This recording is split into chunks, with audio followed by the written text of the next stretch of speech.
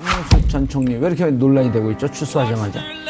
출소하자마자 논란이 되는 핵심 이유는 사법개혁인 것 같습니다. 물론 이제 앞으로 이재화 변호사님 말씀하시겠지만 이게 여야가 정확하게 엇갈리는 입장이 나오고 있습니다. 그러니까 여당에서는 굉장히 억울한 옥살이였다 이런 얘기가 나오고 있고요. 야당에서는 그 사법부 전체를 뒤흔들려는 것이냐, 특히 이제 추미애 대표 발언 때문에 기소도 재판도 잘못됐다 이 발언 때문에 이제 그런 입장이 나오고 있는 건데요.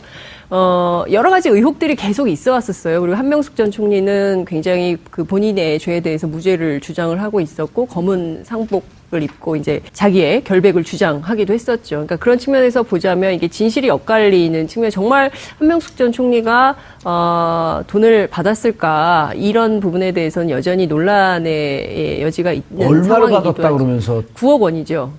9억을 받았대요? 라고 한만호 예. 한만호 씨가 주장을 하고 있는 1심에서 주장할 때 2심에서 이 말을 바꿨죠. 말을 바꿔서 자기는 돈을 건넨 적이 없다. 그래서 이제 1심에서 무죄를 받고 이제 2심에서 이제 검찰의 수사 과정에 대해서는 이제 이재화 변호사님 말씀을 하시겠지만, 어쨌든 그 진실의 논란은 끊임없이 있어 왔는데 이 2년 실형을 받은 것을 그냥 받아들이셨거든요. 예. 그래서 그 당시에 이제 당시는 여당이죠. 그때는 새누리당이고 지금은 자유한국당이 된 어떻게 저걸 받아들였지? 무슨 이유였지? 뭐 이런 그 의문도 있었던 상황이죠. 그렇지만 이제 한명숙 전 총리 감옥에서 계속 끊임없이 주장했던 바는 본인의 이런 처지 이런 거 그 뭐 얘기하지 말고 유일하게 정권 교체만을 위해서 일로매진 해달라 이런 당부를 여당인 더불어민주당이 계속 했었던 걸로 제가 취재로 전해들은 바 있습니다. 그렇기 때문에 이제 이런 말씀하신 이런 정황들 때문에 여당인 더불어민주당에서는 한명숙 전 총리가 억울하게 옥살이를 한 거다. 그러니까 당시에 2010년에 서울시장 후보였고, 그리고 2012년 대통령 선거를 앞두고 박근혜 후보의 맞상대로서 한명숙 총리만한 분이 없고, 그리고 당시에 이제 노무현 전 대통령 서거 때 그 조사로 굉장히 국민적 인기가 많았기 때문에 이른바 표적 수사를 통해서 이제 이를테면 박근혜 후보죠, 당시에 후보의 정치적 맞수를 제거한다. 거기에 정치검찰이 동원된 거 아니냐. 결국에는 대법원, 법원도 협조해서 정치적 희생양을 만든 것이다. 뭐 이런 얘기를 더불어민주당이 하고 있는 거죠. 사실 아까 이재화 변호사께서 말씀하셨지만, 사실 그 한명숙 전 총리의 그 한만호 전 회장으로부터 그 금품수 수설이 터져 놓은 것 자체 시기가 아주 미묘합니다. 시기가 2010년 4월 9일 날 동아일보에서 처음 그 보도를 합니다. 근데 바로 직전에 앞서 이야기했던 곽영욱 그 대한통운 회장으로부터 무죄 판결이 앉아 지금 1심에서 나오는 상황이었거든요. 그러고 나서 바로 그 다음 날 이 지금 동아일보 이 사건이 별건으로 지금 또 터지는 겁니다. 근데 왜 이게 터지느냐? 그러면 그때 한명숙 전 총리가 그해 6월 달에 있을 지금 그 지방선거에 서울시장 후보로 지금 출마를 하도록 돼 있는 상황이었거든요. 서울시장 후보로 그렇죠. 출마를 해서 선거 내내 불법 정치자금으로 기소됐다라고 하는 그렇죠. 거죠. 당시 그렇죠. 그것 때문에 된 새누리당은 계속 얘기했고 그때 그 표 차이가 0.6% 차입니다. 그러니까 1%도 안 됐었단 말이에요. 1%도 안 됐죠. 그러니까 그 일종의 상당한 그러니까 그 참여 정부의 그런 또 촉망받는 뭐 여성 정치인에 대한 그런 견제도 있지만, 당장 목전에 닥친 서울시장 선거를 이겨야 되겠다는 여건의 정치적 의도가 불순하게 개입됐을 가능성이 높다는 지적이 합리적으로 들릴 수 있는 근거가 되는 근데 것이죠. 정치적으로는 그것뿐만이 아니고요. 만약 2010년에 한명숙 총리가 서울시장이 됐으면 그 다다음에 그렇죠. 대선까지 총선과 대선이 그렇죠. 있잖아요. 총선과 대선에서 가장 중요한 위치를 차지하고 있는 자리가 서울시장인데 서울시장이 한명숙 그 시장이다라고 만약 가정을 하면 그건 뭐냐면 곧 또 노무현 정신의 부활이거든요. 그렇죠. 불편한 거예요. 노무현 대통령이 돌아가신 걸 빨리 잊고 선거를 해야 되는데 2009년 돌아가시고 2010년 서울시장에서 이기고 그 열기로 2012년 총선, 2012년 대선까지 가면 정권을 뺏길 수도 있겠다. 그렇죠. 이런 분석까지도 사실은 정치적으로 가능한 거죠. 그러니까 그때 당시에 특수일부장 누군지 아세요? 잘 아시는 분인데. 얘기를 해요. 묻지 말고. 그 김기동 그 특수일부장, BBK 검사. BBK 2인자. 그 지금은 그 사법연수원 부원장으로 가 있는. 사법연수원 부원장. 특수일부장이었고, 이제 주임 검사는 임관혁 그 부부장인데, 인간혁도 우리가 이름을 아는데요. 인간혁 여기 지금 박근혜 정부 때 특수일부장 하다가 예. 잘 나갔죠. 예. 그렇게 하고 얼마 전에 지금은 계속 이름이 나왔었죠. 순천지청 차장검사로 내려갔는데요. 그렇게 하고 그때 당시에 검사장은 노완균. 노완균은 2013년. 인간혁은 몇 개예요? 뭐 기수는 잘 모르겠어요. 기수는 잘 모르겠는데. 그럼 모르는 걸 당당하게 얘기해. 아니, 중요한 부분은 예. 이 우리가 중수부를 폐지를 주장해갖고 중수부는 없어졌는데 이걸 보면 어떻게 표적 수사를 어떻게 하느냐 하면 그거 재밌어요, 그런 게. 표적 수사를 하려면 건물급 잡으려면 바로 수사를 하면 이 같은 경우도 한명숙을 이 별건은 다시 수사하려면 여론의 비난을 면치 못하잖아요. 이런 경우에는 특정한 한 언론에 단독 사건을 딱 해서 여론의 힘으로 자기는 어쩔 수 없이 수사한다는 형식으로 취해서 수사를 해요. 그 두 가지 의미가 있죠. 여론의 힘을 빌려서 표적 수사를 하려고 하는 경우도 있고 또 하나는 일단 여론에 흘려놓고 이게 뜨지 않으면 밀고 가지 못하고. 간을 보는 거죠. 근데 이 부분은 이미 한만으로부터 진술서나 이런 거 받아놓고 목적 의식적으로 여론을 흘리는 거죠. 근데 사실 최동욱 전 검찰총장 사건도 비슷한 그렇죠. 것이었죠. 최동욱 검찰총장의 혼외자 문제는 조선일보에서 제일 먼저 보도했고요. 그렇죠.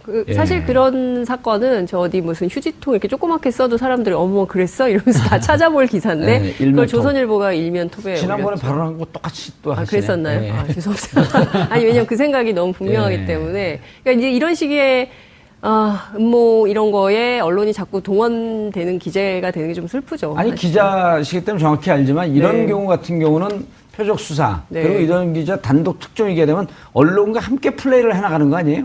사실상 그렇죠. 그러니까 이를테면 검찰에서 뭐 이런 게 있는데 굉장히 관심 갖고 들여다볼 만한 사안인데 그러면서 이제 간을 보면 이제 기자는 애가 타죠. 그래서 이제 계속 취재를 하게 되고 그러면 이제 요만한 단서를 주면 그걸 가지고 기사를 쓰고 그다음에 이제 언론도 간을 보고 이런 측면이 있죠. 저기 그 CG를 한번 올려주시죠. 야당들이 반대를 하고 있는 이 문제 여기에 대해서 문제 제기를 하고 있는데 한번 보시죠. 집권당 대표가 사법부 권위 깔아뭉갠 것, 정권 잡았다고 사법 판결 뒤집는 것도 가능하다고 생각하는 것인가? 자유한국당 지금까지 사법부가 어떤 판결을 내렸는지 그리고 양승태 대법원장이 13,000개의 임명권을 갖고 판사들 어떻게 옥죄었는지 이런 건 잘 생각하지 않는 것 같은데 바른정당 여당 지도부가 상권 분립을 무시하고 대법원 판결을 부정하는 것인 만큼 우선을 밀 수 없다. 자, 여기까지는 괜찮은데요. 다 충분히 나올 수 있는 논평이죠. 국민의당 사법부의 독립을 침해하는 무책임한 발언, 자기들만 옳다는 이부법적 사고의 전형. 이루고 호남 지역에서 지지를 받을 수 있을까요? 저는 이게 문제라고 생각합니다. 그러니까 대법원이 숱하게 잘못된 판결을 함에도 불구하고 상권 분립이라는 그 외피 속에서 책임을 지지를 않고 있는 거거든요. 비록 확정 판결됐다 하더라도 잘못된 판결은 성역 없이 지적을 해야 돼요. 이미 유죄로 확정됐기 때문에 우리는 논하면 안 된다? 이거는 상권 분립을 형식적으로 이해하는 거예요. 사법부의 신뢰도가 OECD 국가 중에 최하위예요, 우리가. 그러니까 국민들의 그렇죠. 사법부에 대한 불신이 사실은 하늘을 찌르고 있는 거거든요. 지금 검찰 개혁뿐만 아니라 법원 개혁도 해야 된다. 그리고 평판사들이 사실은 그 정치적인 사건 부분에서 윗선에 눈치를 봐서 제대로 판결 못 하겠다는 것이 70% 이상이잖아요. 심각한 상태예요. 70%좀 나왔죠. 이상은 아니었고. 그것 좀 나왔죠. 그리고 오죽하면 전체 판사 대표자 회의가 100명씩 모여서 그 사법부가 독립성을 해치는 재판을 하는 이런 부분에 대해서 사법부 또 판사들에 대한 블랙리스트까지 있다고 하고. 그렇죠. 오죽하면 김명수 춘천지방법원장을 전격적으로 대법원장 후보로 지명하는. 그러니까 지금은 이제 옛날에는 정치 권력으로부터 독립이 중요했지만은 지금은 검찰 여론과 사법부의 수뇌부로부터 독립이 굉장히 중요하거든요. 김명수 대법원장 내정자는 최근까지도 사법부 내부로부터 독립을 강조했던 분이죠. 그리고 대체적으로 지금은 뭐 시국 사건이나 예. 이런 부분에서 이념적인 성향을 갖고 있는 사건이나 이런 부분에서 판사들이 자유롭게 판결을 못 해요. 예. 알겠습니다. 그런데 그때 당시에 2010년에 홍준표 당시 라디오 인터뷰에서 재밌는 얘기를 했네요. 1심에서 무죄가 날 것 같으니까 또 하나를 찾겠다는 것은 검사가 당당한 태도가 아니다. 이른바 이게 검사들이 피하려고 하는 별건 수사니에요. 네. 수사하다가 안 되면 다른 거 찾아내는 거. 네. 가장 비겁한 태도라고 이제 얘기한 거죠. 정치적으로 수사를 그만두라는 게 아니고 부끄러운 짓 하지 말라는 것이다. 1차 돈 받았다가 5만 달러 받았다는 게 무죄로 끝났으면 그걸로 끝나야지 뭘 또 찾아내는 것이냐. 조작의 냄새가 난다. 이렇게까지 얘기를 한 거예요. 네. 그리고 별건 수사는 6월 2일 지방선거 끝나고 소환을 하든지 그리고 직접 수사를 하는 게 옳다. 그리고 언론에 이 사건을 노출시키지 말아야 한다. 홍준표 자유한국당 대표가 저 때는 민주당이었었나요? 아니 그때 사실 뭐 한나라 그때는 집권여당 한나라당이지만 한나라당 내에서도 주류가 아니고 약간 비주류 쪽에 서 있었기 때문에 그 검사로서 검사 또 출신 검사 아니에요? 출신이고 예. 그렇기 때문에 그런 별건 수사가 갖고 올 수 있는 여러 가지 정치적인 후폭풍 이런 부분 다 오래해서 이야기를 한 것이죠. 근데 문제는 지금 이분이 지금 뭘 하고 계십니까? 자유한국당 대표 아닙니까? 예. 근데 오늘 논평 놓은 거 보십시오. 오늘 지금 그 사법부의 결정을 지금 그러니까 지금 이 여권 지도부가 상당히 지금 무시하는 것처럼 그런 이야기를 하면서 강하게 지금 비판을 하고 있는 거거든요. 예. 그렇다고 한다면 이 처음에 당초 자체가 잘못 깨어졌다고 하는 것이 홍준표 대표의 생각이 지금도 맞다고 한다면 그런 식의 논평은 조금 자제할 필요가 있다. 또 하나는 생각이 뭐냐면 저는 그런 생각을 해봅니다. 그러니까 지금 그러면 한명숙 전 총리가 그럼 지금 대법원의 판결에 불복을 했나요? 다 살고 나왔잖아요. 예. 살고 나오고 그때 당시 판결에 대해서 그 부분에 좀 미흡한 부분에 대해서 지적은 좀 충분히 할 수 있다고 보거든요. 예. 지금 남아있는 절차는 또 있지 않습니까? 우리가 지금 대법원의 3심이 다 끝났다고 해서 모든 게 다 끝나는 게 아니지 않습니까? 왜 우리나라가 재심제도를 두고 있습니까? 대법원도 실패할 수 있다, 실수할 수 있다는 것 때문에 재심제도를 두고 있고 실제 재심을 통해서 과거 권위주의 정권 시절에 잘못된 판결들이 뒤집어지고 있지 않습니까? 예. 그렇다고 한다면 이러한 부분들에 대해서 잘못된 부분이 있으니까 그 부분에 대해서 재심을 하겠다는 식의 그런 말조차도 못하게 만드는 건 저는 문제가 있다고 봅니다. 근데 알겠습니다. 실제 이 사건 초기부터 그 당 안에서 저희들이 이제 취재를 해보면 이 사건은 어찌됐든 한명숙 총리가 징역을 살기로 마음을 먹었기 때문에 그냥 여기서 2년을 살겠다고 하셨다. 그러니까 중간에 뭐 이를테면은 뭐죠 가석방이나 이런 거 요구하지 않고 다 만기 출소하시고 그리고 나서 재심 할 수밖에 없다. 재심 요구할 거다. 이런 얘기를 사건 초반부터 얘기가 있었거든요. 그래서 이후에 한명숙 총리 측이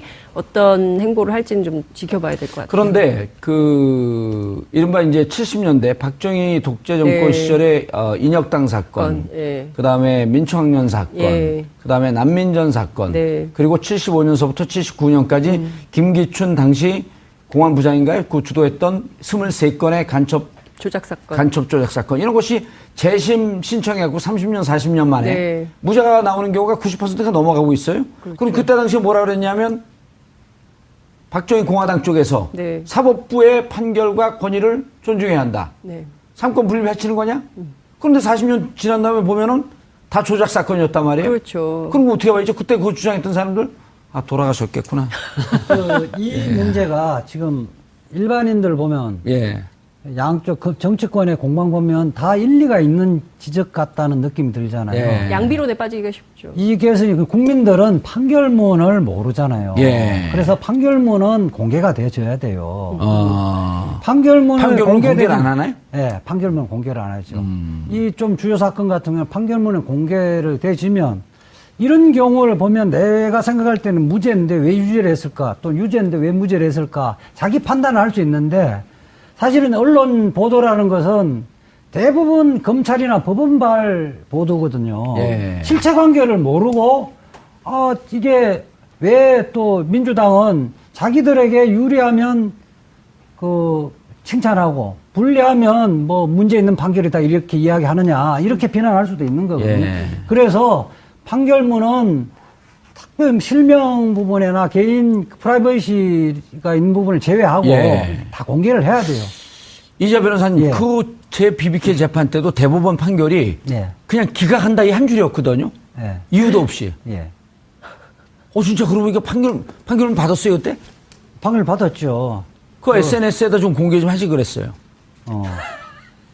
그 판결문 하여튼 그거는 생각을 해보고요. 이 또 전원합의체 판결 중에 5명이 예. 지금 현재 양성대 대법관 체제에서는 보수 1색이라고 그러잖아요. 예. 그런데도 5명이. 그나마 예. 그 5명은 제가 공개를 할게요. 그나마 무죄 판결에 가담했던 이인복, 이상훈, 김용덕, 박보영, 김소영. 비교적 그나마 합리적인 보수라는 사람은 무죄에 다 가담했던 거죠. 알겠습니다. 이 문제는 다시 대법원 개혁, 그 사법부 개혁의 문제로 다시 고개를 들어야 되겠다. 네. 알겠습니다. 한명숙 전 총리님 오늘 새벽 5시에 2년간의 형을 만기 사시고 출소했습니다. 출소하면서 하신 말씀이 새로운 세상을 드디어 만나게 됐다. 지난 2년간 고생하셨습니다. 그리고 3번의 그렇게 힘들다고 하는 여름 징역을 마치고 돌아왔습니다. 당당하게 사시겠다는 그 말씀, 사법부의 개혁으로 이어지는 초석이 되었으면 하는 바람입니다. 예. 한만호 씨가 주장을 하고 있는 1심에서 거죠. 주장할 때 2심에서 반복을 이 말을 했잖아요. 바꿨죠. 말을 바꿔서 자기는 돈을 건넨 적이 없다. 그래서 이제 1심에서 무죄를 받고 이제 2심에서 이제 검찰의 수사 과정에 대해서는 이제 이재화 변호사님 말씀을 하시겠지만 어쨌든 그 진실의 논란은 끊임없이 있어 왔는데 이 2년 실형을 받은 것을 그냥 받아들이셨거든요. 예. 그래서 그 당시에 이제 당시는 여당이죠. 그때는 새누리당이고 지금은 자유한국당이 된 어떻게 저걸 받아들였지? 무슨 이유였지? 뭐 이런 그 의문도 있었던 상황이죠. 그렇지만 이제 한명숙 전 총리 감옥에서 계속 끊임없이 주장했던 바는 본인의 이런 처지 이런 거 그 뭐 얘기하지 말고 유일하게 정권 교체만을 위해서 일로매진 해달라 이런 당부를 여당인 더불어민주당이 계속 했었던 걸로 제가 취재로 전해들은 바 있습니다. 그렇기 때문에 이제 이런 말씀하신 이런 정황들 때문에 여당인 더불어민주당에서는 한명숙 전 총리가 억울하게 그러고 나서 바로 그 다음 날 이 지금 동아일보 이 사건이 별건으로 지금 또 터지는 겁니다. 근데 왜 이게 터지느냐? 그러면 그때 한명숙 전 총리가 그해 6월 달에 있을 지금 그 지방선거에 서울시장 후보로 지금 출마를 하도록 돼 있는 상황이었거든요. 서울시장 후보로 그렇죠. 출마를 해서 네. 선거 내내 불법 정치자금으로 기소됐다라고 하는 그렇죠. 것을 당시 그렇죠. 그것 때문에 된 새누리당은 거죠. 계속 얘기했고 그때 그 표 차이가 0.6% 차입니다. 그러니까 1%가 안 됐었단 말이에요. 1%가 안 됐죠. 그러니까 그 일종의 상당한 그러니까 그 참여 정부의 그런 또 총망받는 뭐 여성 정치인에 대한 그런 견제도 있지만 당장 목전에 닥친 서울시장 선거를 이겨야 되겠다는 여건의 정치적 의도가 불순하게 개입됐을 가능성이 높다는 지적이 합리적으로 들릴 수 있는 근거가 되는 근데 것이죠. 정치적으로는 그것뿐만이 아니고요. 만약 2010년에 한명숙 총리가 서울시장이 됐으면 그 다다리를 한 거다. 그러니까 당시에 2010년에 서울시장 후보였고 그리고 2012년 대통령 선거를 앞두고 박근혜 후보의 맞상대로서 한명숙 총리만한 분이 없고 그리고 당시에 이제 노무현 전 대통령 서거 때 그 조사로 굉장히 국민적 인기가 많았기 때문에 이른바 표적 수사를 통해서 이제 이를테면 박근혜 후보죠. 당시 후보의 정치적 맞수를 제거한다. 거기에 정치검찰이 동원된 거 아니냐. 결국에는 대법원, 법원도 협조해서 정치적 희생양을 만든 것이다. 뭐 이런 얘기를 더불어민주당이 하고 있는 거죠. 사실 아까 이재화 변호사께서 말씀하셨지만 사실 그 한명숙 전 총리의 그 한만호 전 회장으로부터 그 금품수수설이 터져놓은 것 자체 시기가 아주 미묘합니다. 시기가 2010년 4월 9일 날 동아일보에서 처음 그 보도를 합니다. 근데 바로 직전에 앞서 이야기했던 곽영욱 그 대한통운 회장으로부터 무죄 판결이 앉아 지금 1심에서 나오는 상황이었거든요. 한명숙 전 총리 왜 이렇게 논란이 되고 있죠? 출소하자마자 논란이 되는 핵심 이유는 사법개혁인 것 같습니다. 물론 이제 앞으로 이재화 변호사님 말씀하시겠지만 이게 여야가 정확하게 엇갈리는 입장이 나오고 있습니다. 그러니까 여당에서는 굉장히 억울한 옥살이였다 이런 얘기가 나오고 있고요. 야당에서는 그 사법부 전체를 뒤흔들려는 것이냐. 특히 이제 추미애 대표 발언 때문에 기소도 재판도 잘못됐다 이 발언 때문에 이제 그런 입장이 나오고 있는 건데요. 여러 가지 의혹들이 계속 있어 왔었어요. 그리고 한명숙 전 총리는 굉장히 그 본인의 죄에 대해서 무죄를 주장을 하고 있었고, 검은 상복을 입고 이제 자기의 결백을 주장하기도 했었죠. 그러니까 그런 측면에서 보자면 이게 진실이 엇갈리는 측면, 정말 한명숙 전 총리가 돈을 받았을까, 이런 부분에 대해서는 여전히 논란의 여지가 있는 얼마를 상황이기도 받았다 하죠. 그러면서 9억 원이죠. 9억을 받았대요? 라고 한만호. 다음에 그렇죠. 대선 있잖아요. 대선까지. 총선과 대선 그렇죠. 있잖아요. 네. 총선과 대선에서 가장 중요한 위치를 차지하고 있는 자리가 서울시장인데 네. 서울시장이 한명숙 그 시장이다라고 만약 가정을 하면 그건 뭐냐면 곧 또 노무현 정신의 부활이거든요. 그렇죠. 불편한 거예요. 네. 노무현 대통령이 돌아가신 걸 빨리 잊고 그렇죠. 선거를 해야 네. 되는데 2009년 돌아가시고 2010년 서울시장에서 이기고 그 열기로 2012년 총선, 2012년 대선까지 가면 정권을 뺏길 수도 있겠다. 그렇죠. 이런 분석까지도 사실은 네. 정치적으로 가능한 거죠. 네. 그러니까 그때 당시에 예. 특수일부장이 예. 누군지 아세요? 잘 그럼 아시는 분인데. 얘기를 해요. 묻지 말고.